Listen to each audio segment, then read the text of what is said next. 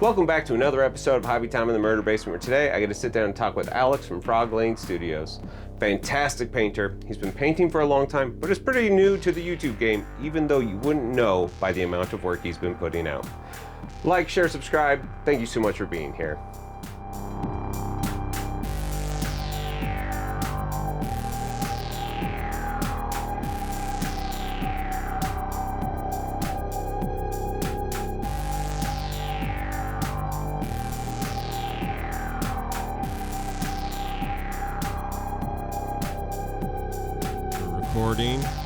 Recording. All right, it's all holding together. Here we are. Go big zone, both of our face. We got this, Alex. We're live. We got this. Go. So, Alex, you reached out to me a couple weeks ago, and before this whole thing started, like, you were in a really interesting spot with Frog Lane Studios. Somebody it's embarrassing to admit how many good creators I don't know about. And like, that's something that comes up all the time. And somebody's like, have you seen this person? And they send me a thing and they got like 2,000 subs. I'm like, how is this guy not the biggest thing ever? And when I had just found your stuff when you reached out to me, I can't remember why, but I think I was doing research for historical wargaming, and I came across some of your Warlord Studio things, and they're great. I was like, holy shit, this dude's doing a lot of work. They're great, like good painting tutorials, and it's something that's totally different. And then I looked at your sub count, and I was like, what is going on? Since then, that's changed a little bit, but like, that was where you reached out to me, like how hard it is to grow a channel. And I thought that was like a really good thing to like have two people on like an upward momentum, but also like it feels internally like maybe we're underappreciated, to like talk about like the difficulties and also why it's good. So Alex, thank you so much for joining me in the Murder Basement today. I really appreciate it. Not a problem at all. Thanks very much for having me. So yeah, I mean, in terms of the channels themselves, I never set out to have a YouTube channel. I never set out to be a content creator or anything like that. I do what I love, and that's painting and helping other people. So for me, I started out on Instagram when COVID hit. Really, I think that's how all of us really kind of got the drive to do what we do, because I had a full-time job before all this. So is this what you're doing full-time now? Because it seems like you are like pumping out the content, which is very difficult to do. So I actually have, and this is something that I don't actually talk about. I don't talk about on my streams, and I don't talk about kind of when, in my content and stuff. But I suffer from something called cluster headaches, which dude. is ridiculously debilitating. It's horrific. Yeah. And just before COVID hit, I started back with my attacks, and it meant that I couldn't do my job, because still now to this day, I mean, we're talking 7 months down the line, I get 4 or 5 hours sleep, and being able to maintain a full-time, a traditional full-time job, is really, really hard. So I was on the sick, and then I've just watched your video in terms of mental health and how important mental health is, and I started all this just to reach out to other people. And that's basically how I started out, with just 1 or 2 people watching me paint whilst I had some nice relaxing music on, and we go from that to where we are now. And they said that they wanted videos on YouTube so they could come back and they could watch it again. And that's kind of how I started off, really. So yeah, I'm pumping out the content, but what everybody sees in front of the camera and then what's going on behind the camera is two completely different things, really. Oh, Content's absolutely. being produced at like 2-3 o'clock in the morning. Well, that's one of the weird things that like even I suffer from this. Like when I you feel like you know the person on the other side of the screen, and that isn't necessarily true. Like, you are familiar with them, you have an idea of who they are and what they mean to you, you don't actually know the person behind the screen, and I've had to Mhm. check that a couple times on myself because like I do suffer from putting too much on the other person, and I forget that Mm. there's humans on the other side of that, for good or worse. Sometimes it Yeah. goes the opposite direction. Most of the time, I come at it from a much uh, more supportive angle. So like, man, I feel for your headaches. I have known multiple people with cluster headaches, and they are, it's messed up. Yeah.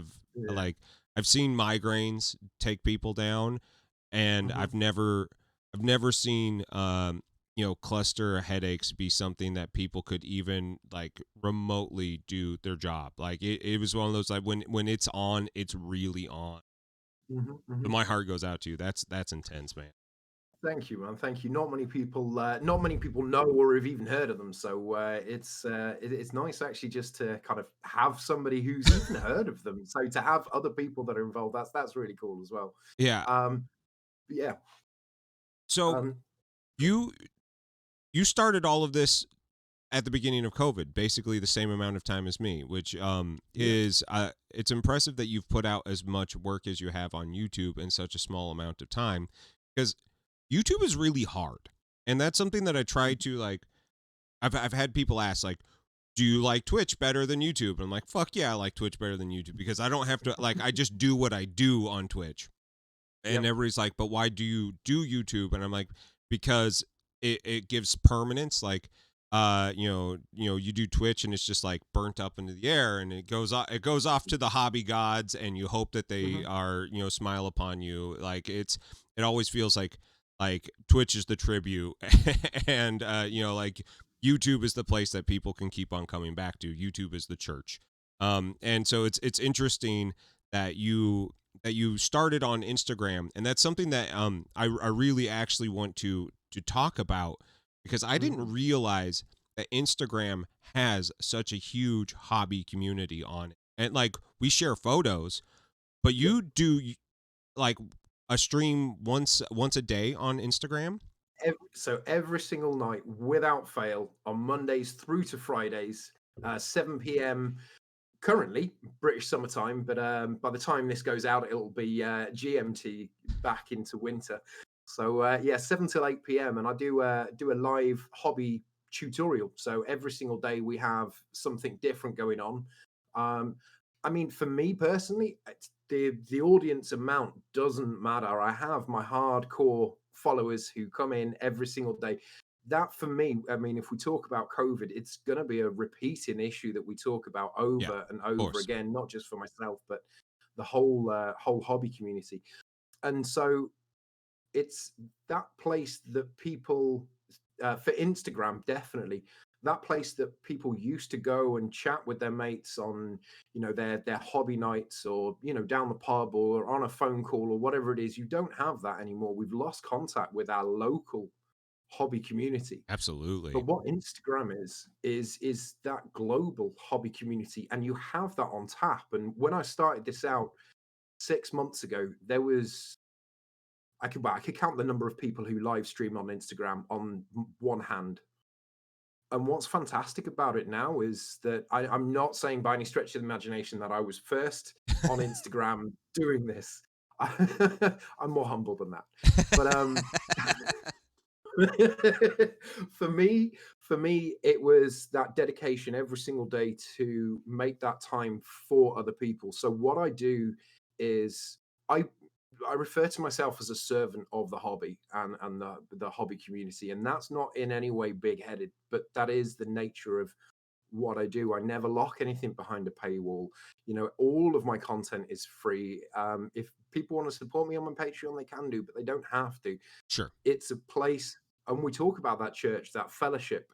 Um, it's that fellowship, that open space, that open forum where people can come, and so that's what I did, and I did it for a selfish reason.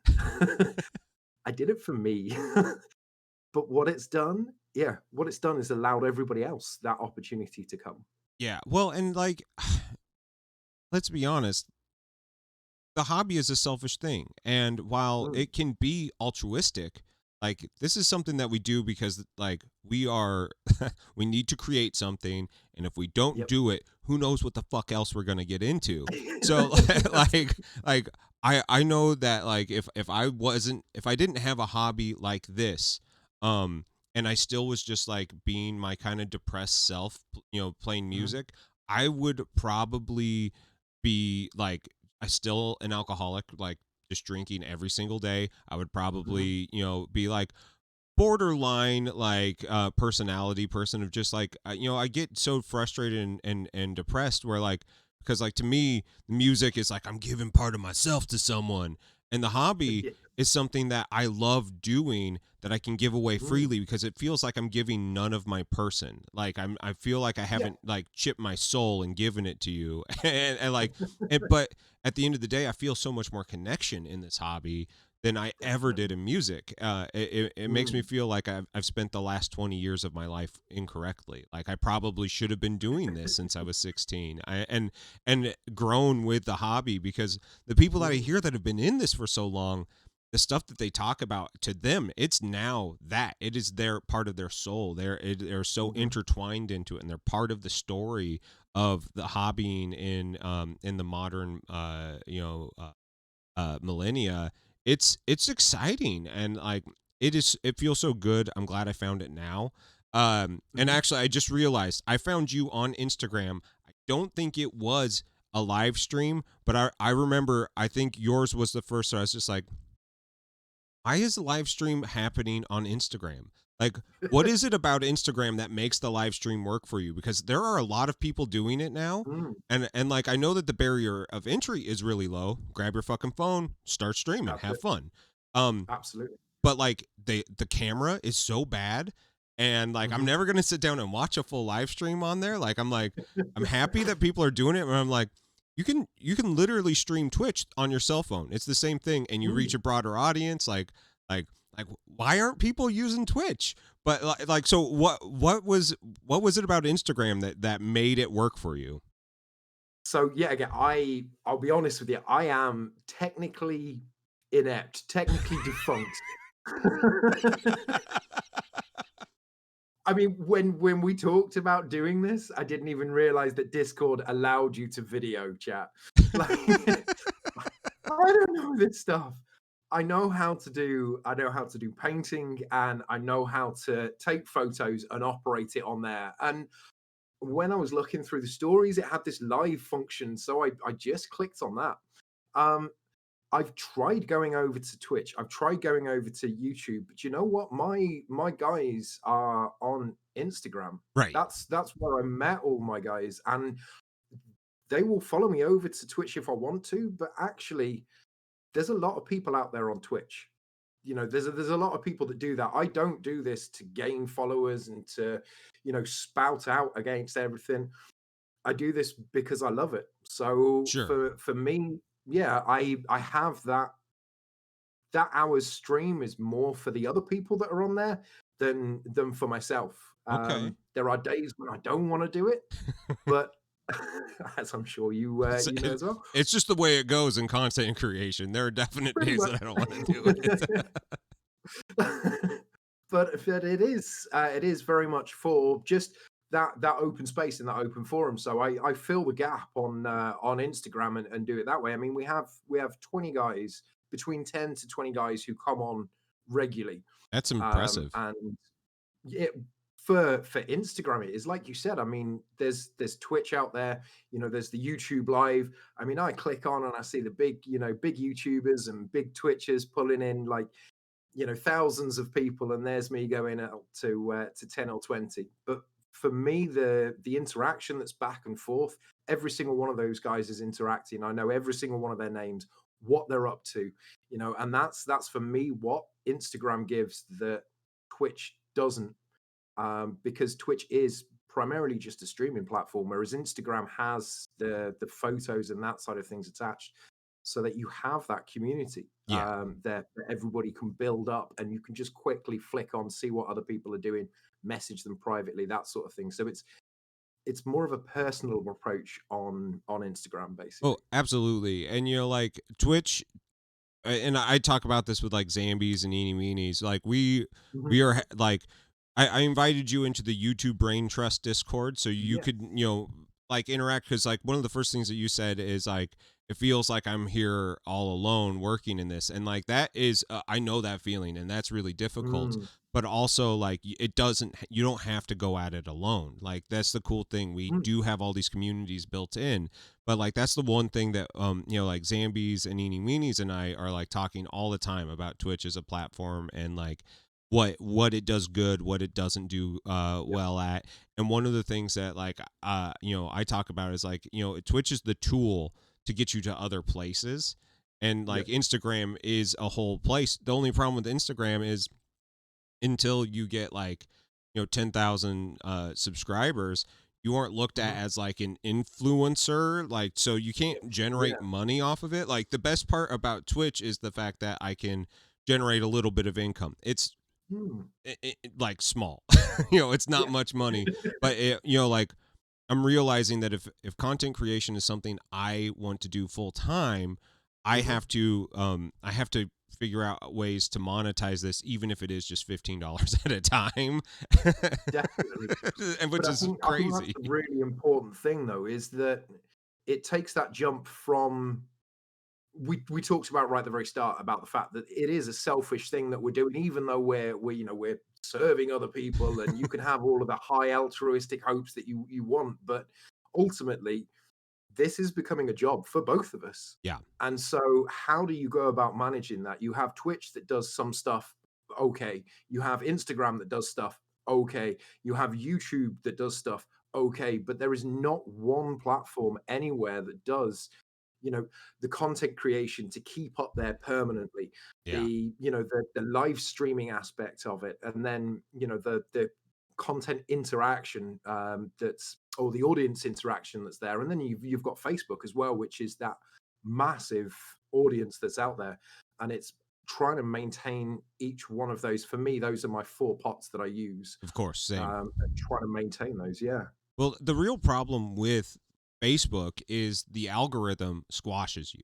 Like the Yeah. only way that you get like any sort of upward momentum on Facebook is being in a group, sharing something, and hoping that the moderators don't flag you, which is like all of a sudden like I had my first run in on Trapped Under Plastic, where like Hmm. I have talked with Scott and John about like, hey, if I'm sharing this stuff, is that okay? They're like, as long as Mm. you're not like selling stuff, trying to like promote like your Patreon or things like that, because like what you're doing is you're introducing more people to different painters. That's important. Mm. And so like as long as you don't do that, and you aren't like making waves where people are complaining a lot, Hmm. you're good to go. And I'm like, perfect. I get invited to be a guest on a podcast, and I share it. So personally, yes, I'm promoting myself a little bit. I'm more Hmm. promoting the fact that there's another hobby podcast out there that Mm. somebody should take care of. And I started getting like so much hate on there, like, and I felt bad because I didn't interact with it. I was not gonna fight with them, but I was like, oh, this is what they don't want. They don't want people thinking that I am trying to take over a Mm. platform. But then I'm like, but I didn't do this for me. I did this for, Useless Wizards podcast. Like the miniature podcast is a good thing. And it just so happens that I was on it. So like it was such a weird zone, and so I ended up deleting the post after like a couple of people started like commenting, because I didn't want the mods to get involved, and I had Yep. some people coming out to defend me, and I didn't want there to be a war going on, because that's not what No. this is about. That's not what this is Absolutely. about at all. That's it. I mean, Facebook for me, I'm part of several different groups on there, mostly kind of 40k and Warlord games as well. So both of those. And for me, trying to, like you said, it's a very difficult one. Trying to share information that's for your benefit, but in a way that is actually for everybody else's Yeah. benefit is a very different thing. So, I mean, you touched on the fact that I do a lot of content. I do a lot of content for a lot of different people and a lot of different aspects. Right from I, I produce between 2 to 3 videos per week. Yeah, it's Um, crazy. It's a crazy amount of content. that's in addition to doing full-time commission work and also streaming per night. So I work my ass off.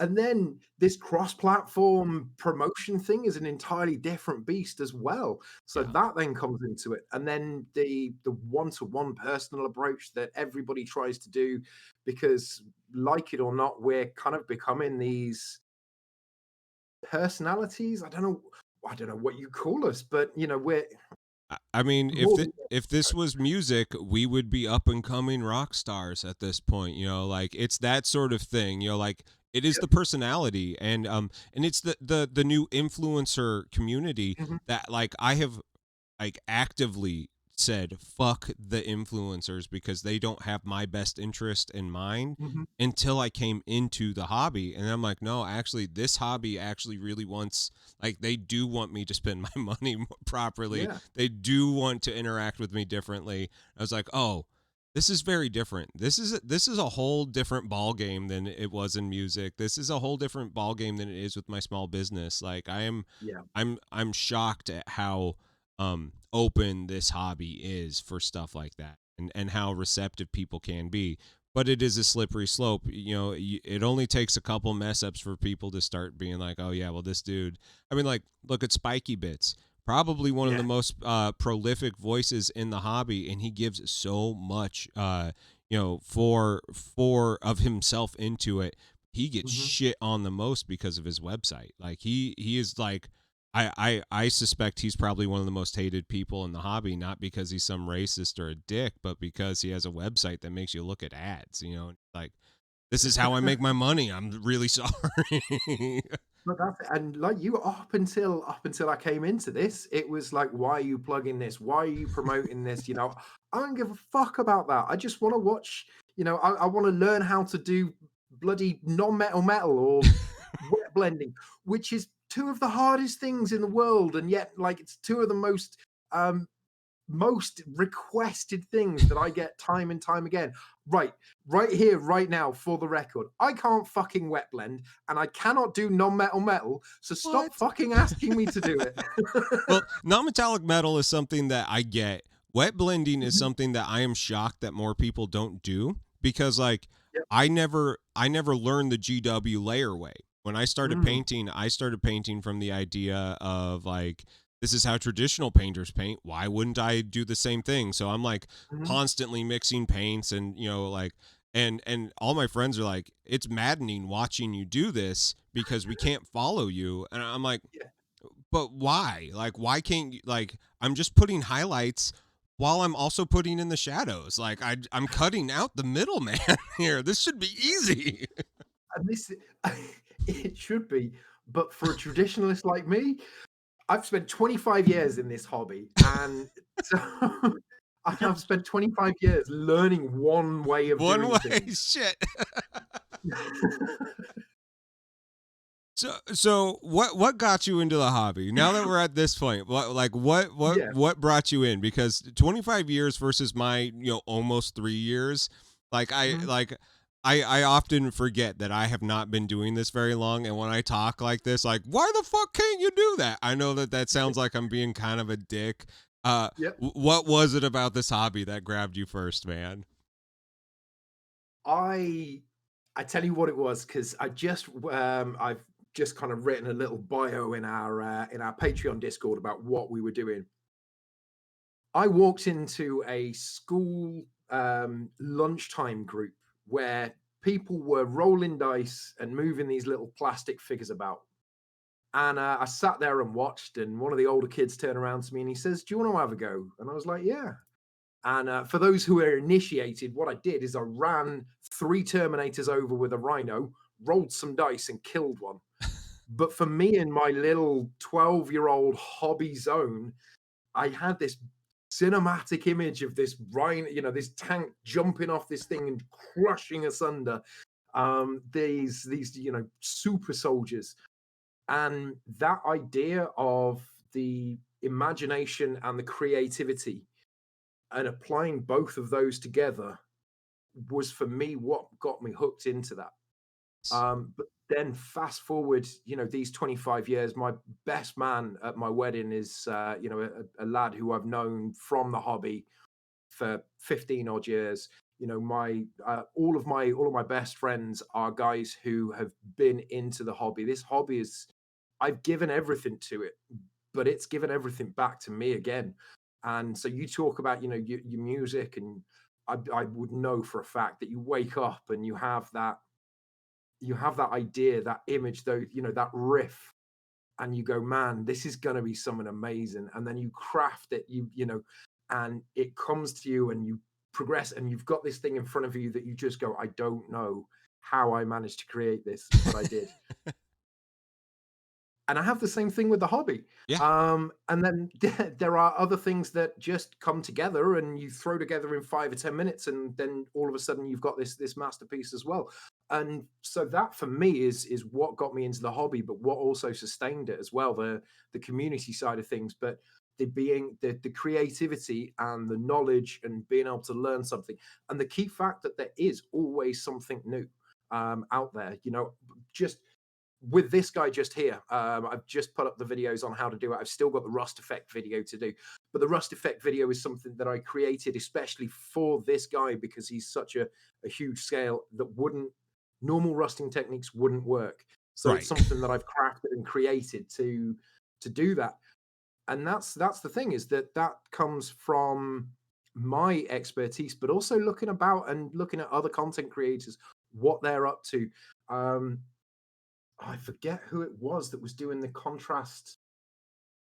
Somebody, that's going to bug me. We'll have to put it in the linked description below as to which YouTuber set me on the path. But there was a video that was put out there about using contrast techniques, contrast paints differently, and that set me on the idea for then this guy, which then led to the end result. And it is about that innovation. We have at our disposal now so much information and so many products that are out there that we have the ability to constantly create new stuff. Sure. I was always told that there's never a new idea. There's only rehashed ones from previous, and it's so true. So yeah, that's kind of how I got into it. The interesting aspect about things like contrast paint is that GW is marketing it, and with 9th edition having, if you have a fully painted army, you get, bonus 10 points, which I actually think is like a pretty interesting like way to game it, because like they aren't punishing the other person. They're like, rewarding the person that has completed it. And I've always felt like GW more punished the other person for having a gray army. And so like it's an interesting thing that they're like, we need a way to help people get things to the table faster, of which contrast can do that. Now, I personally don't like the look of a straight up contrast painted army. And I've seen some cool stuff like Angela over at Hobby Night does nothing but contrast like Nurgle shit. And like I'm impressed. It's Angela. It's Angela was talking about contrast. There we go. Yeah. Perfect. Yeah. I like watching Thank her you. videos, because she shows you how to do it in a like kind of a different way than GW does, but in the very same vein. And so you can watch her put a little bit extra effort into them. And like, I'm like, oh, contrast can work. But like the way that it's kind of marketed is this thing that like it's your one-stop shop. And I don't think that there's anything like that in the hobby. I think that there's another tool in the toolkit. And so when I see people using them as glazes and filter effects, and you're just like, oh shit, that's pretty sweet. That's pretty sweet. I'm always really excited about learning the new thing. So like for me right now, like I don't think I'll ever pick up oil paints, but I really like using oil washes as like effects and filters. I think that they're great. And after watching a couple people like Night Shift and his like historical tanks, I'm just like, oh shit, like he ruins the model to make it badass. And like you can get weird and you can get grimy. And I'm like, I'm actually way into that stuff, which is something that you do a lot. Like your heavy damage video is just like let's take this cool model and let's fuck it up. Look it up. But it works and it looked Yeah, great, man. and it is the difference between one and the other, and that's where kind of my live streams come in, because there's always something. I forget as much as I learn, Yeah. but it never fully goes away. So there is that idea that you have in the back of your head as to what's going on, but it takes somebody else to come along to go, how do you do this? For that, you to realize how it's done, but then also apply these new paints and new techniques that are, that are out there. And so for me, that's where my live streams come into play, because it's that permanent testing of, where my knowledge is at, Yeah. and then stuff that I've learned 20 odd years ago, then coming back into play in a new fashion, for that's relevant for the audience. So yeah, it's super important in terms of being able to do that, but it's also fun for me, because Sure. there's fly by the seat of your pants. Somebody, I was doing one thing on neon. One of my Patreons asked me how to do neon effect, Yeah. and we were literally halfway through doing that, and then one of my little lads, it's the son of one of my regulars, piped up on chat that he wanted to know how to do rust effect, because he was just doing his Nurgle guys, and it was like, okay, hang on 2 moments, put the one down, pick the other one up, right, glazes and washes, here we go, this is how you do it with scrag and yeah, but it works. But it's I like that. I've come from an industry that is all about having your brain permanently switched on and being able to come into those fast solutions, Sure.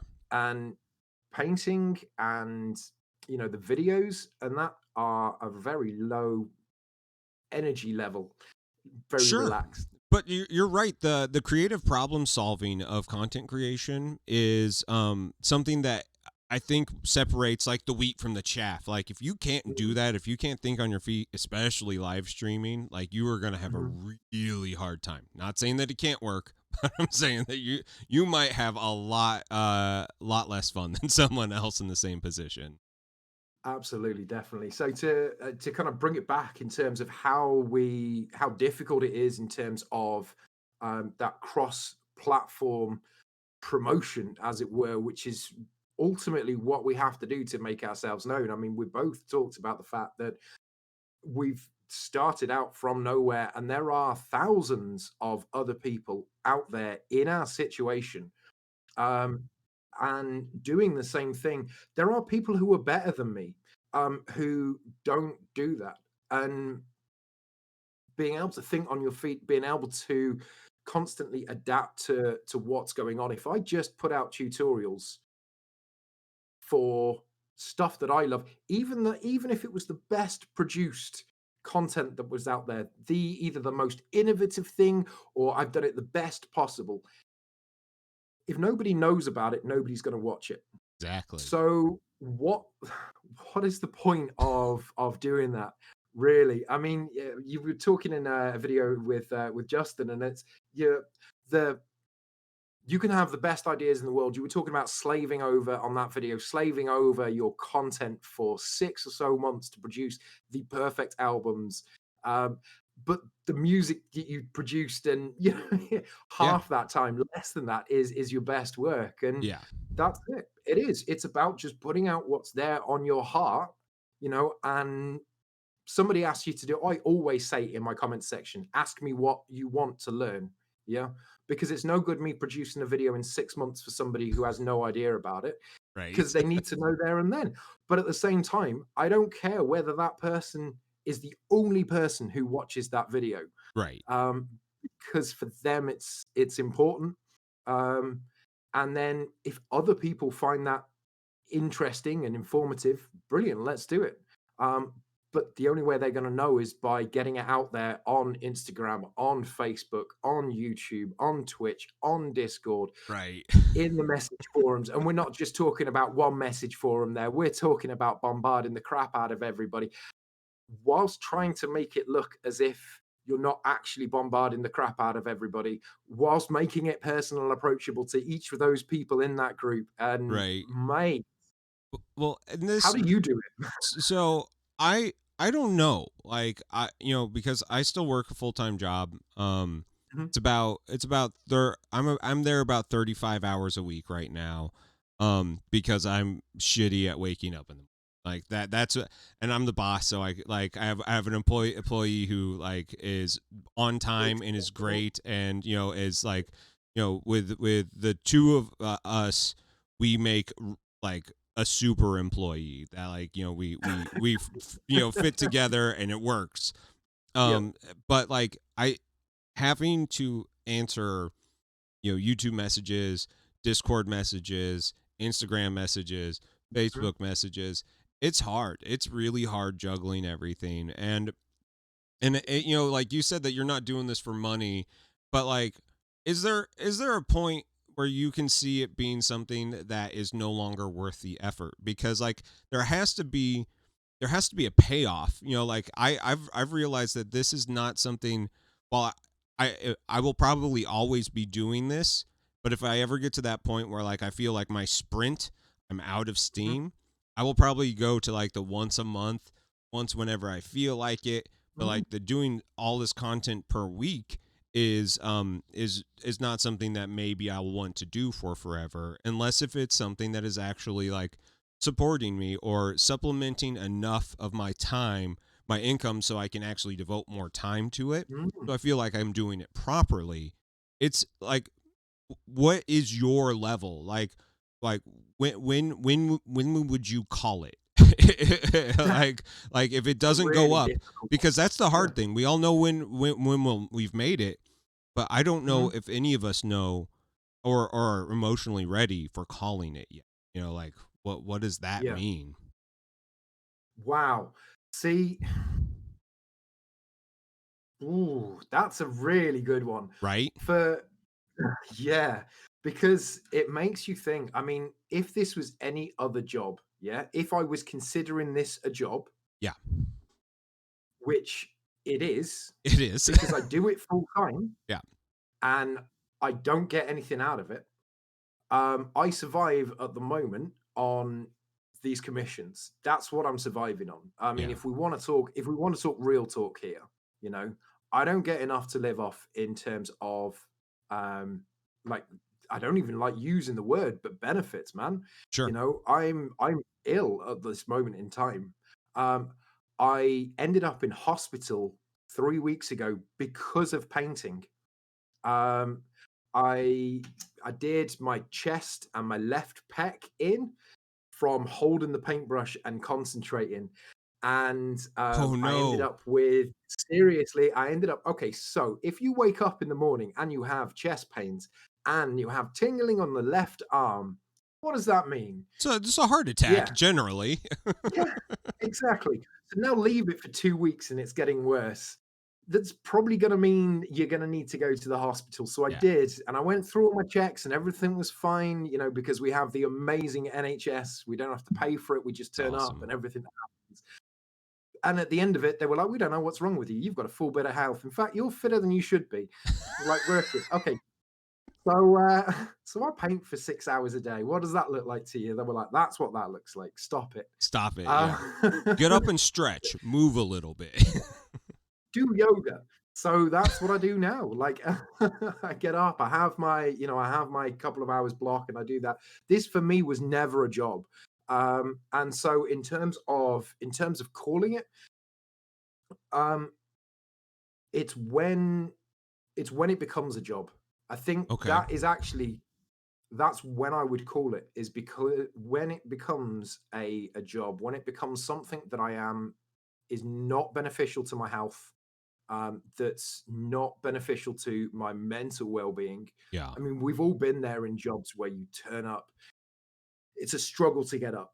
It's a struggle to get there. You stand at that door and you look at it and go, "Fuck me, I wish I was anywhere else but here." Right. Yeah. Yeah, dude, totally. And if I get to that point with this, I'm fucking off. I'm Yeah. getting a job in Tesco's or Walmart for the Americans out there. Sure, Do you know what I sure. mean? I will do anything else other than this. But for the Interesting. time being, yeah, for the time being, like, every job that I've been in that I love, I will give 110%. Yep. And Mm-hmm. when I start having to give 90%, that's when I look at getting out and going to another job. Yeah. And it will be the same with this one, man. You know, if it gets to the point where my headaches go, I don't know whether I'm going to be chronic or not. I'm at that cusp of it. This could be my forever, Yeah. in which case I have nothing else to do but grind YouTube and the content creation and the commissions to make enough money to survive. As bad as that sounds, man, you know, it's either that or filling out forms on fucking e-market money search or whatever to get like 20 pence a time. Because Right. that's pretty much what I get paid for doing this at the moment. I mean, if we Mm-hmm. look at it monetarily, I have amazing I mean, fucking God bless my Patreons. Literally, it's not much, but that for me, and that the fact that they believe in me is one of the main things why I work so hard for this. Sure. They believe in me. They give the little that they give, but for me, that's the world. It's huge. Like, So did Patreon, when you started it, did that make everything real? Because it made everything real for me. I was like, holy fuck, thank you. But also, like, Yeah. this is real now. Like, I'm not fucking around. This isn't a game anymore. You know? You wanted to see if you could have seen inside of my head, and also the first message that I said. Shout out to Jeans, my first Patreon, but shout out to every one of my other Patreons as well. If you saw the messages that I sent them, I'm not going to repeat what was in there, but it was curse words and the lot of it. I was jumping up and down every single one of my Patreons that I get in, because it's another person that truly believes in me. Yeah. It's one thing to click on a sub and a like. I do that with a load of people. Sure. It's another thing entirely to have somebody go, do you know what? Out of my own pocket, my hard cash, yep, I'm going to give you a couple of bucks a month. Yeah. And for that, I'm not going to get any money to return. But what you give to me is enough for me to do that. When I told, huge. here's a funny story. It's massive, but here's a funny story. So when I told my wife about Patreon, my wife's even more technically inept than me. Love her to bits, but she is. She didn't know what Patreon was, and to be fair, I'd hardly heard of it until one of my guys said to me, you know, you need to get on Patreon. We want to support you. In fact, he was talking about OnlyFans, which is something completely different. Hell yeah. I keep on thinking about like a not safe for work painting stream, you know, like how are we going to make this work? You just be female, and no, in fact, no, we're not going to go down that route because that's not true. But there are those out there that do that. Hey man, I am all right catering to an audience that doesn't get catered too much when it comes to hobby smut. Like if I can help someone else out, I'll do it, you know? Man, if we go back to John, Ninjon, and his first video where he's covered in silver, I was like, I could do that. Yeah, I've seen a couple Cinemax videos that started like this. Sure. I like the weird. Yeah, why not? Oh man, I've forgotten even what we were talking about. But Well, Patreon's making it real. you were talking about Mrs. Frog and her understanding of what Patreon was. Yes. So the story. So I told her, look, there's Patreon, right? I can go on that, and if people like my stuff enough, then they'll commit to a couple of bucks, a couple of dollars, couple of pounds per month. And she was like, that's not right. Like, there's that.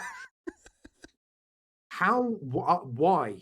She said to me, what do they get out of it? I was like, well, they think of it like this. And this is the thing. So it's a mental mindset, particularly in the UK. For you US guys, you have the culture of tipping. Right. So if a waiter or a waitress gives you a good service, you give them a couple of extra bucks because they've entertained you. And you do that for a meal, and you could go out for a meal once a week, once a month, it doesn't matter, but you'll give them 20, 30 bucks for the extra, for their good service. And if they've made you laugh and smile, you give them a little bit more. It's how it works. And we have it to the same extent, well, not to the same extent in the UK. And so I pitched it to her like that. I was like, this is how it is. She was like, okay, no, I understand that. was like, and then factor in the fact that for me, my Patreons get access to the Discord, which is like our hobby community. That is where we all hang out. Yeah. And that's for Patreons only. But before they even get to that step, I'm giving them a live stream, an hour of my time every single night where they're learning stuff. They don't have to, it's not like other, I'm not even going to mention names, but it's not like other people who will lock their stuff behind a paywall. You Sure. have to pay X, Y, and Z to learn how to do this yellow technique. You ask me, I'll tell you. No worries at all. And I'll do that every single hour of the day. Whenever it is, I'll do a live stream 1 hour a week. In addition to that, if you ask me to do a video, I'll then put that out there as well. Like all of that, and then it's a couple of bucks. I'm not promoting myself on that, more so than I'm trying to justify the idea of why Patreon is now becoming more of a thing for more streamers and why you're seeing it more. It's because we get fuck all for ad revenue. I'm not at 1,000. You've just turned to 1,000. You want to know how much I've earned in the last month of being there? Man, $17 for a month of content. And I'm like, and they only pay you out when you get to $100. I'm like, I'll see you in 5 months. You're mine, YouTube. I got you. I'm like, you're my bitch now. Yeah. And like that doesn't bother me, but also it's like, it's kind of, I would almost, like Twitch, like it's hardly any money as well. And I would almost rather them just give me fucking Amazon credit. Like just give me Amazon credit so it's play money. The second you give me real world dollars that I can take off this platform and spend other places, I'm like, how about you like fucking actually pay me? Like, because it does become that job and the grind starts to hit you sometimes. And I'm just like, this doesn't feel right. And the only time that feels even remotely right is Patreon, of which I have this immense amount of guilt and like pressure's the wrong term because my Patreons are fantastic, but like I feel like I am not giving them enough. It is so special. And like that relationship, that access, like if someone messages me on Patreon, I'm fucking messaging them back like right now. And I won't even consider pushing it off to later in the day. I'm like, dude, you got me. You got my ear. Let's have a conversation. And that's something that, like I emotionally wasn't ready for when I started Patreon, but like Sam Lenz and I were talking and he was like, he lost all of his income because of con season was gone. He's like, I don't know what I'm going to do. And I've been looking at Patreon. It's like, fucking get a Patreon up. Like, it doesn't matter. People want to support you. It doesn't matter if you give them anything special. People want to support you because you've given us so much all these years. Like, and he's like, yeah, but I feel weird. I was like, don't fucking feel weird. Just do it. And then he gave me the literal exact same response like 3 months later. He was just like, why haven't you just do this? And I was like, yeah, but I don't know. He's like, you once told me this. I'm now telling you the exact same thing. And it's so interesting. And it's such a almost sacred bond because like now you're fucking in it with someone that's like, I was not expecting it, but here we are, and I like, my Patreon grows slowly, and I appreciate all of them so much. I'll be honest with you. I wake up not every morning, but there will be days throughout the month that I wake up that I'll be a little low, and I will go and check my Patreons, and it's on actual Patreon, not to see whether I've had any new people in, but to see whether I've lost anybody. And I think it's a negative mindset, but it's all too easy to look at it from a positive aspect. But it is that that pressure that comes with it, but that excitement as well. It's such a weird, like you said, it's something that I was definitely not ready for. But it's bonds, it's chains, man. It really is. It's that, like I said, I am very good at giving my all and my everything, my time, emotional investment, all of that side of things. I'm not very good at receiving stuff. Oh, dude, fucking same. The same. From a business point of view, fuck yeah, man. If you owe me money, I'm fucking coming for you. Yeah. But if somebody says to me, "Look, you've done a really good job on that, man. Here's an extra 20 pound." Look, mate, I'm doing this out of my own pocket. I'm doing this out of my own time. That's cool. My commissions, I always undersell myself. Sure. My commissions, I make enough money to cover my hourly rate, but I don't charge anymore. My sister was saying to me, she says, "Look, my sister gets paid double the amount that I charge for these," Sure. and she was saying, "You're more qualified than." She's a primary school teacher. I went to university for 3 years, studied. This is her. Went to university for 3 years, studied that. I now do teaching. I've been in it for 7 years. I Uh-huh. get paid twice the amount of you. Why don't you charge more? It's underappreciated. True. The 25 years that I've got in this, the skin in the game that I've got in this, the videos, the time, the effort, the energy, this is everything that we do, you, me, any of the other content creators out there, anybody else, it's a luxury. Yeah. Yeah. Absolutely. You will only get money from other people if A, they have the money available, and B, if they see a value in your work. Yeah. Yeah.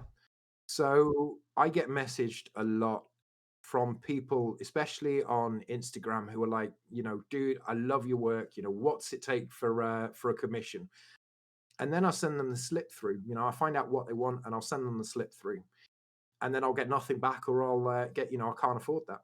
Yeah. And that's cool, man. I completely understand that. That's why I never go, "Look, I put in all this time and effort on all these different platforms. I do everything. I put an hour out for my day. Why the fuck aren't you paying me?" Right.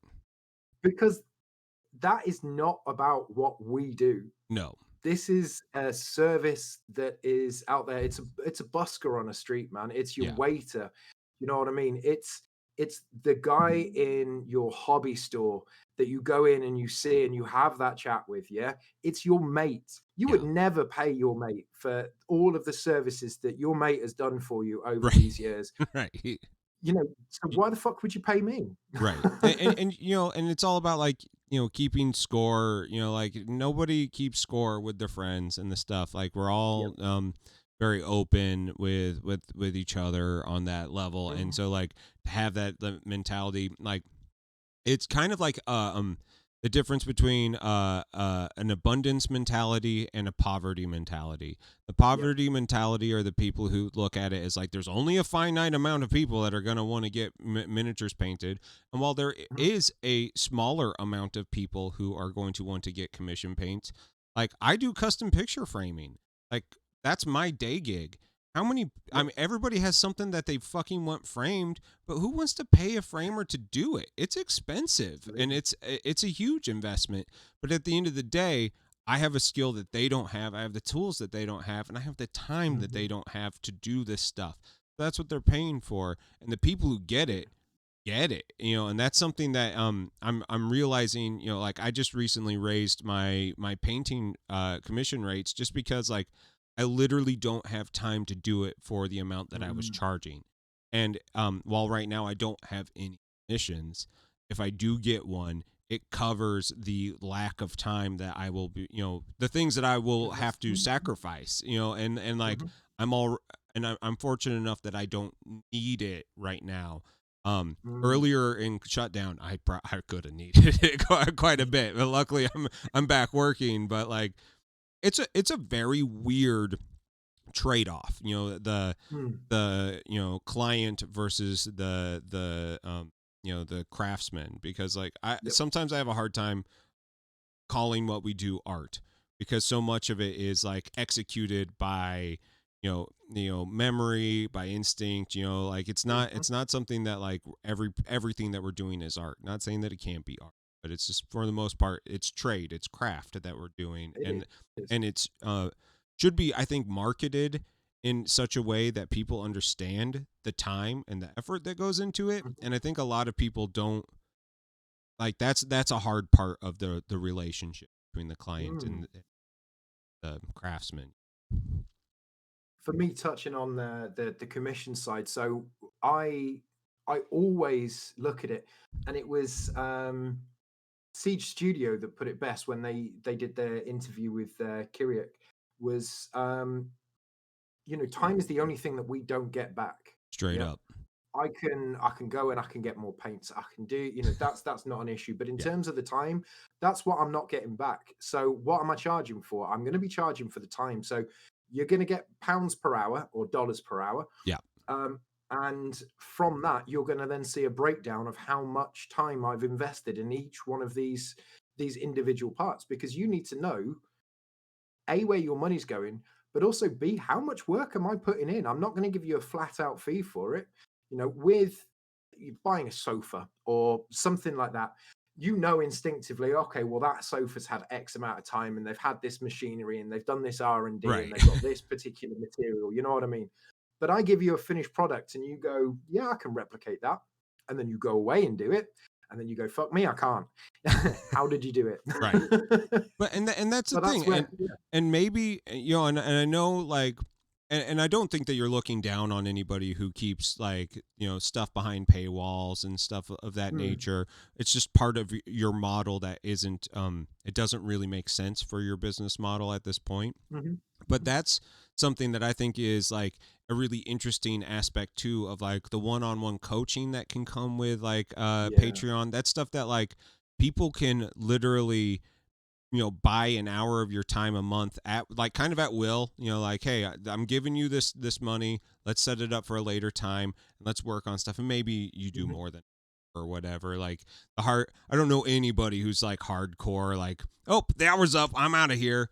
Like that's the type of things that I think that us as content creators are going to be continuously adding more and more value to the hobby space, Absolutely. because I mean 3 videos on YouTube a week is amazing, and like and that's value enough right there. But Yep. the one-on-one back and forth, the actual accessibility of the artist Mhm. is something that is I think really important right now. And I think Yeah. you're right. You said it earlier, because of the like COVID ruining our communities, like we are looking for the interaction way different places than we were Yeah. before. So like, Absolutely. yeah. It's huge. I mean, you wouldn't get that in any other service. Can you imagine? I don't know, your Top Chef, your TV presenter, yeah. Even any of your other favorite internet personalities, yeah, that are out there, texting them and getting a response back, you know, like that's something completely different. I mean, this hobby is in fact I don't know. I don't genuinely know of any other industry or hobby where that actually happens, other than the small kind of tradecraft stuff, Yeah. where you can just ask your favorite content creator what's going on, and you're going to get a response back from them. Yeah. um From them actually. yeah, not like not their from them PR indie guys. person. That's it. From actually them. Yeah. That sort of thing. It's a whole different ball game, and this is it. It is about that development. I mean, now, like we said, 25 years, and again, you've got 3 years. But in that time, so much has changed. I was on Bolter and Chainsaw, the old 40K forum, for 15 odd years, and on that there were celebrities on there. Sure. These guys who were pumping out awesome content, awesome tutorials, and that's almost the model that's 15 years old that I've brought into our current Right. environment. That's what I do. Do you know what I mean? Because there is no such thing. I said it earlier. There's no such thing as a new idea. It's just rehashed content. Everything that we do is just rehashed content, Yeah. which is sad and depressing in one sense. But I mean, like, it also means that you'll never run out. I mean, like, That's it. it's an infinite well of stuff. Like, I mean, you can't do Absolutely. 3 non-metallic metal videos in a row, but you could probably do one a year and be like Yep, totally fine. Like, why not? absolutely. And with that though, because there's no such thing as a new idea, it means that with YouTube on there, and this is one of the maybe negatives of what we're doing, is the oversaturation of ideas, Sure. because we've almost put a plug in it. You were talking about Twitch, my Instagram, the forums, the feeds that disappear. Now with YouTube, we've put we put a plug in the well Yeah. of ideas. That So that that now when leaky dike needed the little thumb plugged in it. Like we're the little boy holding back the flood, and you're like, Mm, so now all of a sudden, if you want a non-metallic meta video like we were talking about, what makes mine special from everybody else's? Yeah. Why should you look at mine, which is, I've got at the moment currently 600 subs. Literally a week ago, I'd got 3 weeks ago, I got 200 subs. right. I put out that video for the Rusty effects, yeah, and I Yeah. had 200 subscribers. You look at the algorithm, no matter how good my content is, I love and I hate the YouTube algorithm. We worship it and we loathe it at the same time, yeah. The You Lord need to get taketh, those clicks. the Lord giveth, the Lord taketh away. Mother. So you look at that and you have people who've watched your video for all its entirety. It's such an engaging video. You've you've done really well in terms of that execution, but your thumbnail and your title are off. Yeah, you're not going to get that through. Right. But and this is no disrespect to them, Squidmar or Miniac, the the top performers at the moment, and they have a video out doing exactly the same thing, but it's from 3 years ago and it uses a completely different technique. You as a customer, you as a watcher, as a viewer, are gonna look at their videos as opposed to mine. So that is the struggle on a daily basis. Despite pumping out, I really shouldn't be pumping out 2 videos a week. No, you Yep. shouldn't. I No, mean, like, I love the enthusiasm, but like, you like, it, I'm just worried about like emotional burnout. Like, it's burnout. hard. Yeah, Like, and definitely. and you do good job. Like, it's not like you're just Mm, pumping out shitty videos. Like, they're really well produced, and so it's like, thank you. like that's one of those things that like I would love to see, like, if you pulled it back a little bit.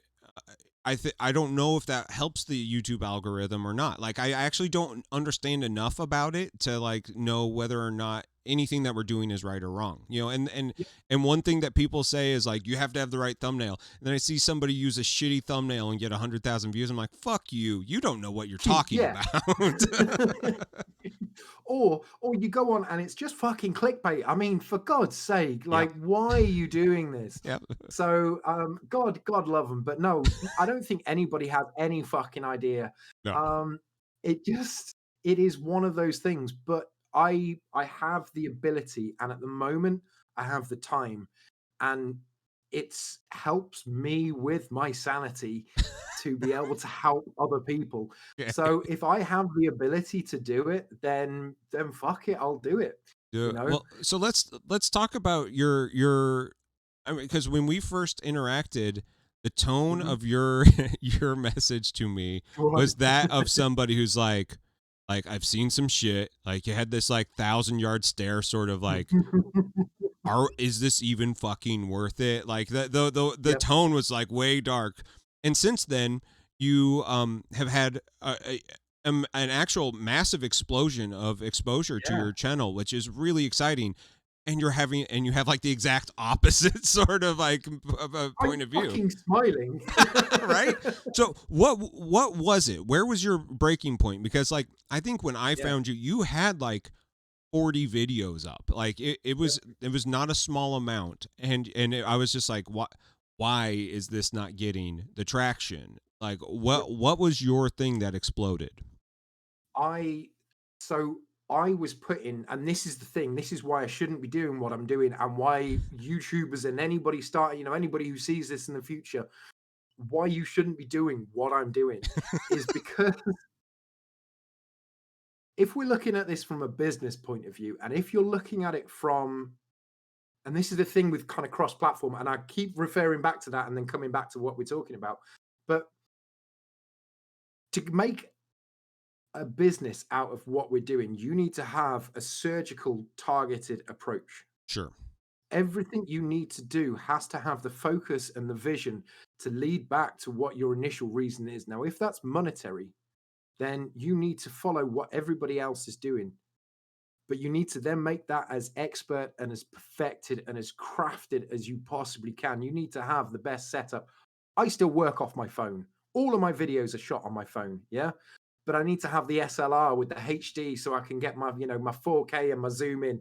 Yeah, there It's we go. I still do it on my phone, and I have a $40 webcam. That's my There we setup. go. That's how I Twitch, how I YouTube. Mhm, mhm. And until I like make some more money, that's how it's gonna Yep, be. that's how it's gonna be. That's it. Yeah. And so it's you need to have that laser focused targeted approach. Um, I'm not like that. I am not business minded. I am doing this for my reason for doing this is for my own mental well being and because other people ask me for help and I like helping people. Yeah. So as a result, I pump out far too many videos than I should do. I don't have a day off. Yeah. What I would consider a day off. But in COVID, what the fuck is a day off? I can't go for a walk in the park.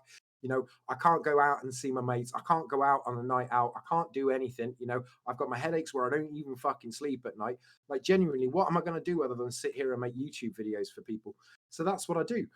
But then as a result, I do that for other people, but I'm not doing it for the algorithm. I don't have the funky, clip art thing. I don't speak to other people. I don't connect on that side of things. And I'm just punching myself against this brick wall continuously over and over and over again, expecting to see results and returns. But if you're running in the opposite direction, how the fuck are you ever going to get to the finish line? It's not going to fucking happen. Yeah. Yeah. And so that is very much the point of where I was at when I contacted you. I was like, I am getting no help from this. I am putting all of my effort in, yeah, all of my time, my money, my fucking soul, my passion is just being eaten a fucking way. The only thing that's holding me up is my Patreons, yeah, Yeah. is those guys who tune in every single fucking day, who I speak to on Discord and go, mate, how are you doing? Yeah. Yeah. How are you doing? That is the only thing that was keeping me going in terms of this. And so I took that step back and I put myself in hospital and I then took that step back. I had a week off and I looked at it and I went, if I'm going to continue to do this, there are two things that I need to do. The first off is I need to change my mentality. I am not a completely selfless individual. Right. Yeah. Yeah. I am not completely altruistic on this because if I am, I'm not going to be here. And if I'm not here, then what good am I to other people? Sure. So I have to be selfish. I have to take my time. I have to take those regular breaks. I have to do my fucking yoga, you know. And then in addition to that, secondly, I can't just make videos and content for one person. Yeah. What I have to do, and it's not about selling out either. It's about following that train. Once I got onto the YouTube Discord community, the Brain Trust, and I started speaking to folk, and they were like, "Look, at the end of the day, it is not about copying everybody else." I had a real big issue with two content subscribers that when I put out two content creators, I put out a couple of videos, and immediately afterwards, a couple of days later, they put out videos, Right. and I got 50 views from it, and they got like 200,000 views. Right. And I'm like, you motherfuckers, man. I came up with that idea. That was my thing. I spent a day and a half crafting that video and I put it out. And then you put up this. Admittedly, it was really well produced. Sure. But you put up. I'm better than mine. But that's not the point. No, I feel ya. No, I feel ya. Like, it sucks when I'm you waving do my hand something. about for a reason. Yeah. Well, like, and that's why I have so many and so many. It's like I have like 4 hobby videos that I have had sitting and like ready to do. And like I have it all filmed, and I'm just like, I'm not gonna do it because like my emotional, like the time that goes into doing them, it's really hard for me to do, especially since other people do it so well. And I'm like, what am I actually adding something to the thing? I'm not, like I've often said that if I don't have something valid to say in a hobby video, then it's probably not worth doing at all, because then I'm just making like I am at that point oversaturating. You talk about the oversaturation point. I don't think that there is, unless if you're doing shit that doesn't fucking matter. And that is the hard point. Like if you are just like putting out a video that's just like, like doesn't have any emotional resonance to it, then I have to ask myself, like, why are you even putting the time into it? Because like you don't get that time back, and you just made something Yeah, that didn't benefit you or didn't need anybody to. else. And it's like miscast, his YouTube. Every time I see him do something, I'm like, there is a different way. There's Yeah, absolutely a different way about this, and absolutely. I need to understand how and why his works, and in the same way, it's how and why this YouTube channel works, the Murder Mm, Basement, and it's interesting because like I think at that point I could probably have fun making a hobby video, but absolutely. I'm looking at it going like, I'm going to copy Miniac. And like, I'm Yeah. never going to do it. Like, Miniac is so good. And after talking with him and like seeing him do his live stuff, I'm like, this dude has Mm, put 5 years of his life perfecting this craft. Like, absolutely. I And can't. that's yeah, you're never going to do that. But that for me was the realization. The one unique thing about all my videos is actually me. Right. Um, so I'm gonna work on me. So rather than flogging myself into the ground over and over, do you know what? I'm gonna sit back. My first video, and if you go back, I'll leave it on there for everybody else. If you go back and in and watch that video, I'm talking very much like this. I'm very much a Darren Latham and Mm-hmm. speaking slowly and clearly in a crisp, received pronunciation. And then you look at my current videos, and my current videos are me talking like a space marine. Um, it's about having that fun. Do you know what I mean? And so from there and dropping, key little things like I had a guy who was bugging me and bugging me and bugging me about the shoulder pads. Yep, I need you to do a video. I need you to do a video. So I went, you know what? I'm going to stick your name as the Space Marine. So it's got Brother Plumtree. Knowledge Nice. is power. Guard it well. Yeah, and so for him, that's something super special. But for me, it puts that smile on my face also. So getting content that is relevant and up there, but then just injecting that personality, that's what's changed. And doing these Primaris Marines has been my stepping stone to greatness. I mean, I'm not there. I don't even know whether I will know when I'm there. Sure. But for me, that's been my springboard. But that's because it's something relevant, it's something new, and it's something that I can do in a way that nobody else is going to be able to do. And that's what's led to where we are now, and it's only going to get bigger. I have a firm belief in. I have a stupidly big confidence. There we go. Wow. My Sure. brain went somewhere completely different. I have a massive confidence in my ability and my skill set. I know I'm good. And that's not bragging, but that is just me. I know what I can do, and that I can do it well. It's Yeah. just that I then have to apply that in a focused direction. Yeah. It's been interesting seeing your channel change, and like I noticed like your videos did start taking more personal approach, definitely Mm. having more fun with them. I really like the lengths. Like one of my biggest complaints about hobby videos is that they're too long. And like Yeah. you make them nice and tight, and so you can just kind of get into them. I like that you're doing something other than just 40K, even though 40K is going to be the moneymaker, and I think we all understand that. Yeah, Um, unfortunately. I mean, fortunately and unfortunately, like there are so many cool games, but also at least there's like one thing that you can like be like, well, I'm gonna hang my hat on this one whenever I need to like get it, a couple thousand views. We're just gonna go back to that well. I mean, I'm Yep. starting to really grasp that because like, you're doing Warlord games, which I just talked to Little Wars TV a couple weeks ago, and I had so much fun talking historicals, which I know fuck all about. I was like, this is so cool learning something else, and then I'm seeing you do these, and I'm like, this is a fun hobby. Like I Absolutely. actually see this as like a real valid thing, but then I see like the Warlord one is like 100 views, and then your like next Space Marine thing 2,000 views. I'm like, this fucking Yeah, sucks. Like it these does. ones It need a really, I little bit fucking more. hate it because I love it to bits, right? Yeah. I mean, I'm really fortunate to live not very far away at all from Warlord Games, and some of the guys who do it are like old friends. They're really good friends. So when I Awesome. started off doing this, they were like, "Do you know what?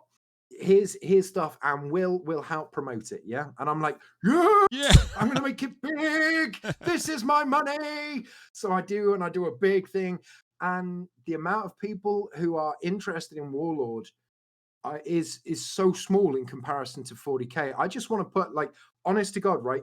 If you guys are watching this and you are into 40k, go and fucking checking out Warlord, because Warlord don't shout about what they do. They do not at all. They keep it nice and quiet. Yeah.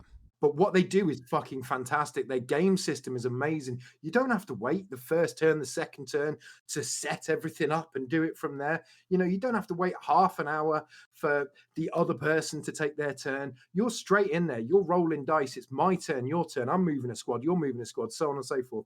Yeah. It's phenomenal.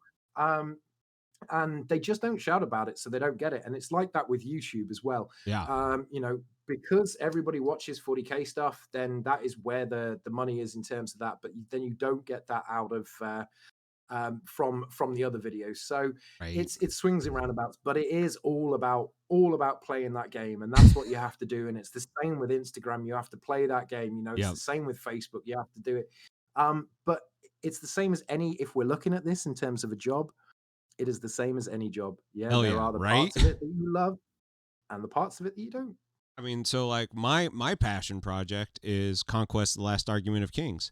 I fucking love this game, and Parabellum Games is doing, like, again, that was my thing. I was like, they sent me some stuff. I'm like, this is how I'm gonna do it, and I realized that, like, I had to broaden my, you know, horizons really quick, but, like, you know, as far as game systems go, like Bolt Action, it has one of the I love the way that, like, activation goes in that. Fucking reach into a bag, pull a fucking die. Whoever goes, like it's the chaos of war.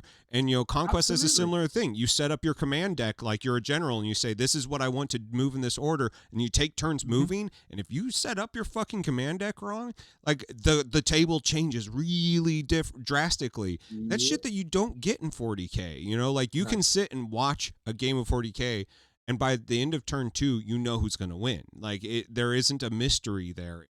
And while it's not always the way it goes, especially in high level play, like if you get like a seasoned player and somebody who's not super used to it, you know how the game's gonna go. I mean, indeed. It's why I really think that the best games that Games Workshop make are Warhammer Underworlds and Warcry. I actually think that Warcry is really fun and visceral, and maybe not the most in-depth game. It's like very fast and cool to play. But Warhammer Underworlds, which is their Age of Sigmar deck building game, even though you don't have a huge board to play on, like that game is wild and fun.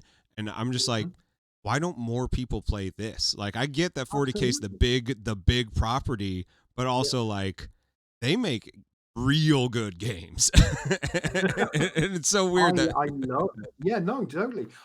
My biggest thing is Combat Patrol. I'm a 40k nerd through and through. I started out in 40k and Necromunda. I still play Necromunda now. Necromunda's cool, sure. All the an absence, but yeah, with COVID, I have Combat Patrol armies coming out my ears. You know, 500 points. The smaller battles is what we go for now. You know, back in the day, we used to have Lawn Hammer, 40,000 points on either side, and it used to take 2 days to do in somebody's back garden. You know, this is in the 20-somethings when we had jobs and we didn't have a house. Or right. Yeah, they're like, when we had all that fuck apocalypse, we're gonna really do this. 40,000 points per side, you know, 10 players per side, mate. that was insane, and I loved it. I really did, but I don't have the time and the energy now to be investing myself in that side of things. If I'm doing it, I'm turning up and I'm playing short periods, and that's why I do the videos the way I do. I don't want to spend 20 minutes sitting there watching, and this is no offense to anybody else who does it differently, but I don't want to spend 20 minutes watching a video unless in every single one of that 20 minutes you're telling me a new hint, secret, something that I haven't seen before. Don't fucking waste my time. Right. No, I feel you. I mean, like, Yeah. I think Warhammer 40K is the best at like 1,000 points. Like that's when that like anything after that you start to get like too big and too bloat, and I'm like, nope, not into this. 1,000 points, Yep. I actually really like a 1,000 point game. That's really fun. 500, I don't get my greater demons out and the extra stuff that I want, you know, because like Yep. I like the big things. They're really fun.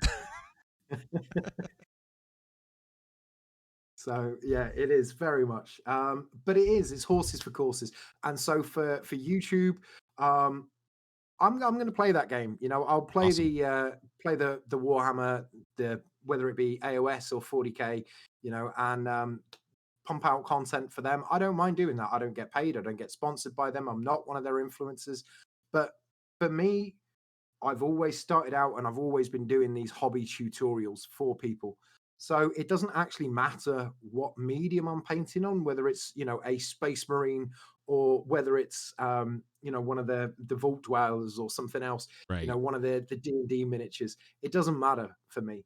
In terms of the paints, I have a full range of, I mean, you can see them in the background here, but I have a full range of G-Dub paints. Mm-hmm. Um, but I personally love using Vallejo and, you know, Army Painter, P3, um, Vallejo. Yeah, I've already said Vallejo, but you know the additionals as well.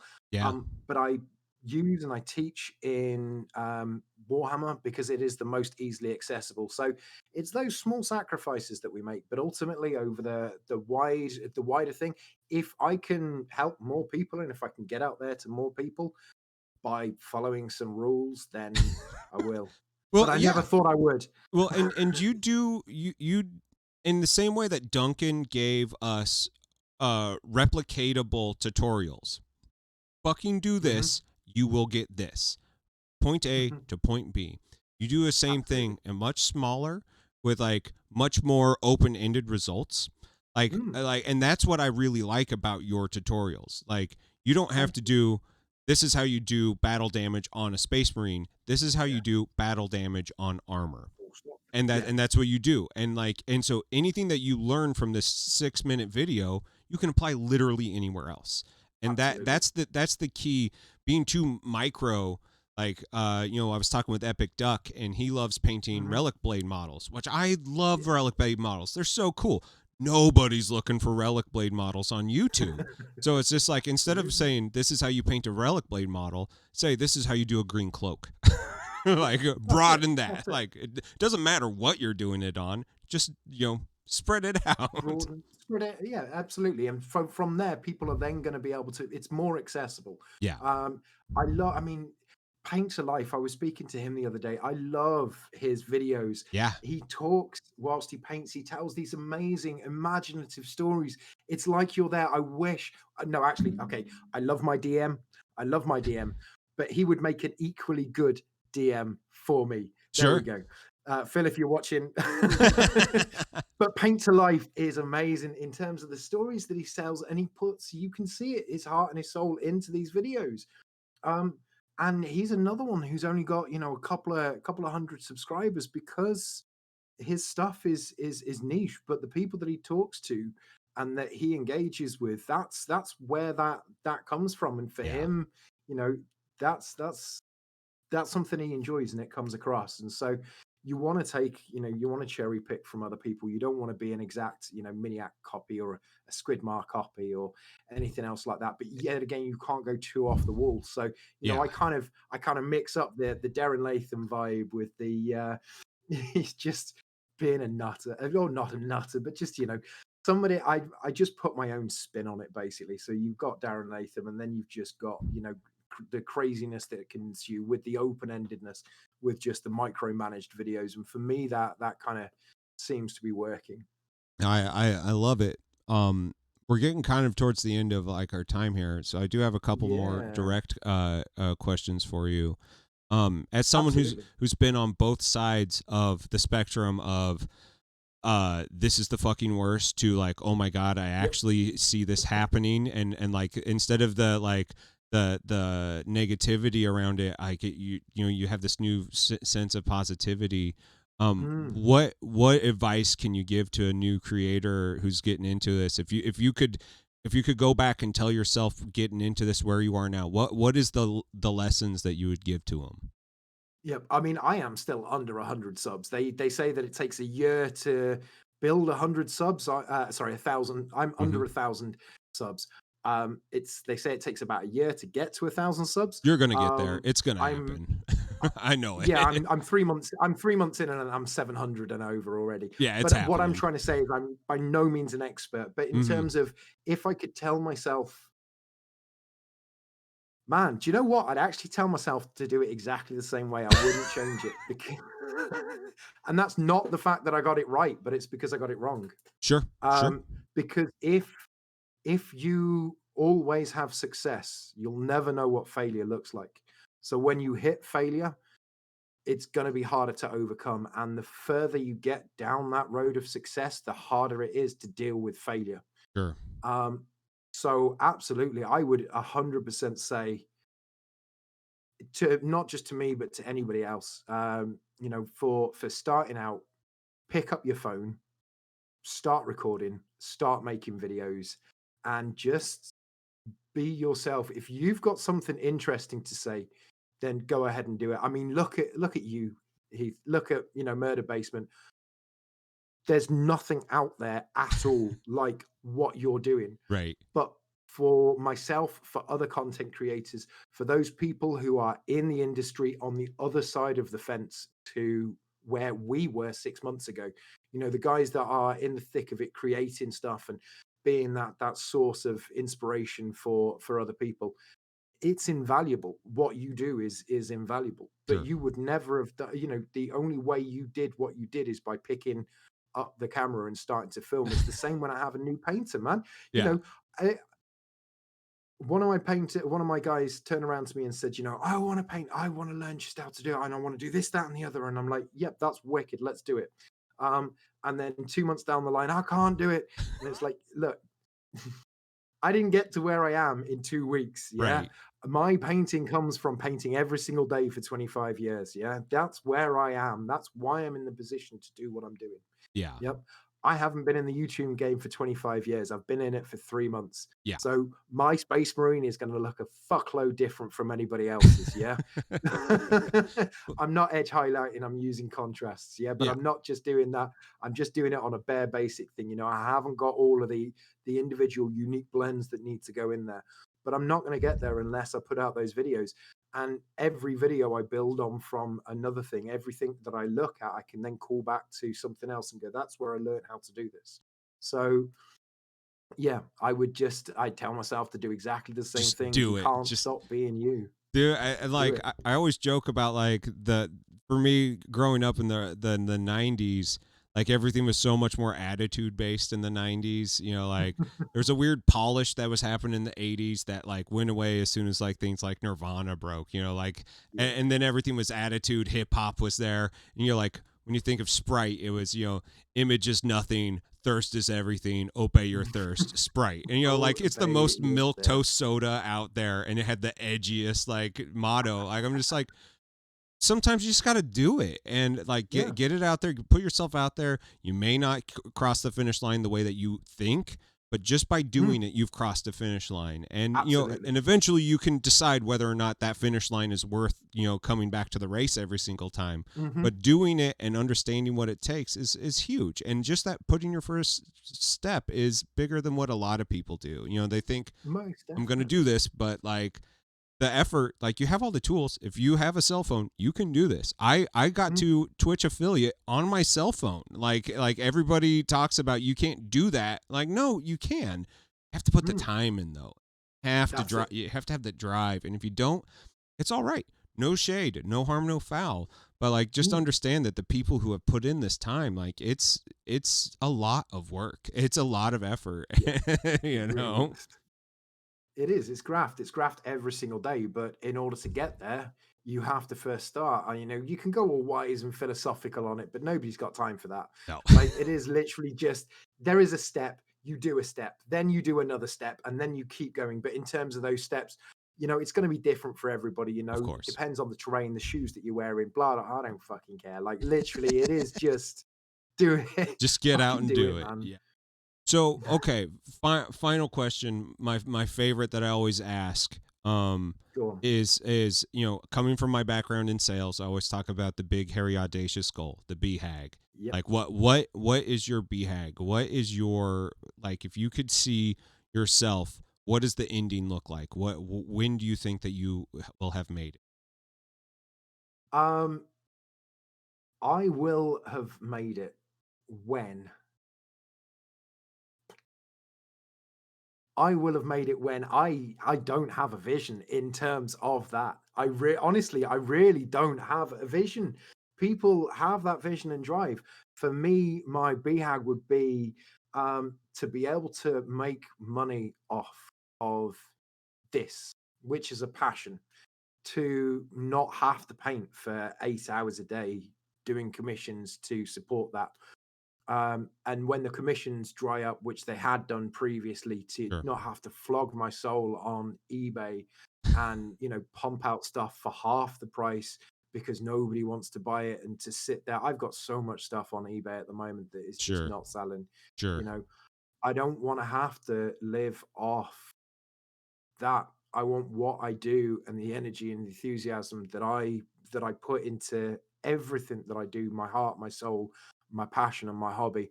I want that to be worth something, and Sure. for other people to see that worth. Um, and so for me, I'll know when I've made it, when not when I've got 200, 300, half a million, a million subs, not any of that. When I can just do this and be able to get up every day for work, because I do consider this a job, Yeah. but to be able to get up and do this, and to have that not even monetary return, just to be able to live and to do this every single day. That's where I see this, basically. There we go, Heath. Well, I think that is well on your way of something that happens. Seeing your explosion Thank of you. growth, especially over the last month, has been really exciting because Mm, like the YouTube creator Brain Trust, it does a couple things. Like, it's really exciting to be close to everybody who's making cool yeah, content, being able to take part in like the monthly challenges and things that they do. Like, yeah, just having an insight into other people who are in the exact same space as you is really beneficial to know that you're not alone. But it also yeah, comes at the cost of knowing that all of you are feeling the exact same way. This is not yeah. as like clear cut way to success. And that for me is something that, like, there's so many people in that brain trust that deserve it. That fucking Yeah, deserve it. absolutely. I mean, we've got 300 odd people in there, and every single one of those is there for a reason. Every single person in that group has something valuable to say to everybody. Yeah. Um, I wish I could watch every single person's video that comes out all the time, but Dude. I don't actually have the time to No. do that. No. And I know they're in the same position as well. Seriously, when I first started releasing videos and like the live video thing would come up and I would like go there, I'd watch it. I could watch them Yep. all. And it's at the point now where, like, I may be gone like a week because like I'm doing my other stuff and I look at it and there's like 50 new videos. I'm like, "Oh shit. Like, how am I going to, like, who Yeah. it's cool to see that, but it's also like there's so much good stuff happening right now." But now imagine that from like a visitor, and so I think that was one of the things that then I realized, okay, for me, my videos not doing so well is not necessarily a bad thing, because ultimately there is that much to choose from. That there is, it's gonna be horses for courses. Sure. So, it is okay to have shit videos, and they're not shit because you've not done something. They're just shit because they don't appeal to everybody. So therefore they're not shit. Right. Yep. Yeah. Yeah, they're not I shit was unless if you intentionally made it shit, and then Yeah. you can go ahead and say it. Otherwise, eventually, I do believe that YouTube, because everything is like evergreen content on there, eventually Mhm. something's gonna hit, and you just have to be like, this. It's a long game. You aren't. This isn't a sprint to success. Yep. Like, this is a long game, and while we all talk about the YouTube sprint and like being able to say when enough is enough is a hard thing Mhm. to say. um you know you can always just be the person who does once a month and just enjoys your time with it. And like, there's nothing wrong with Absolutely. that. Like, you just have to Absolutely. understand what your goal is, you know? Yeah, that's very much it. I don't have to have, videos that last exactly 10 minutes so that my YouTube algorithm can then put an advert halfway in there.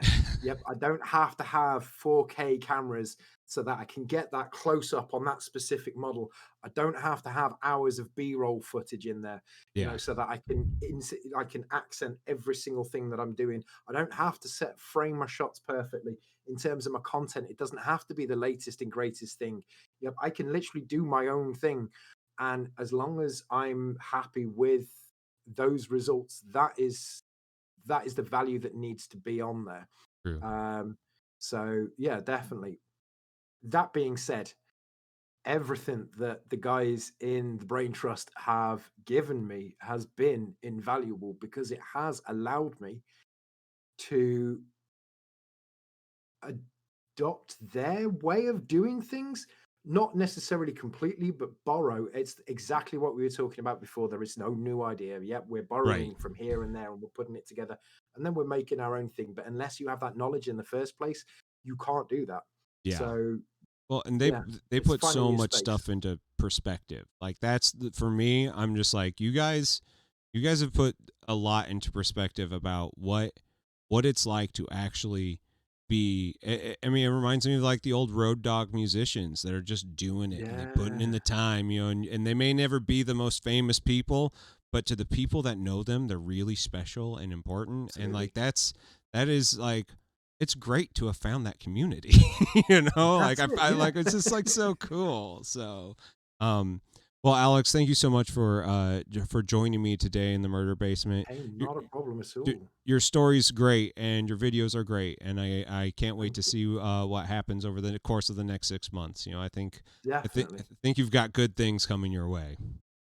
Thank you, buddy, and to you too as well. Thank you very much for having me on here and just being allowed to freewheel it a little. It's lovely. It's weird. We don't get that opportunity often, and so like Right. I love when people can just like, let's just talk. Just talk about this because there's too many aspects of this hobby and content creation to like understand all of Mm. it. That's the one thing I've realized. Like, I could never write a scripted episode and cover everything. Like, I would miss it, and you know, we would instantly end off in the tangent anyway. Yeah.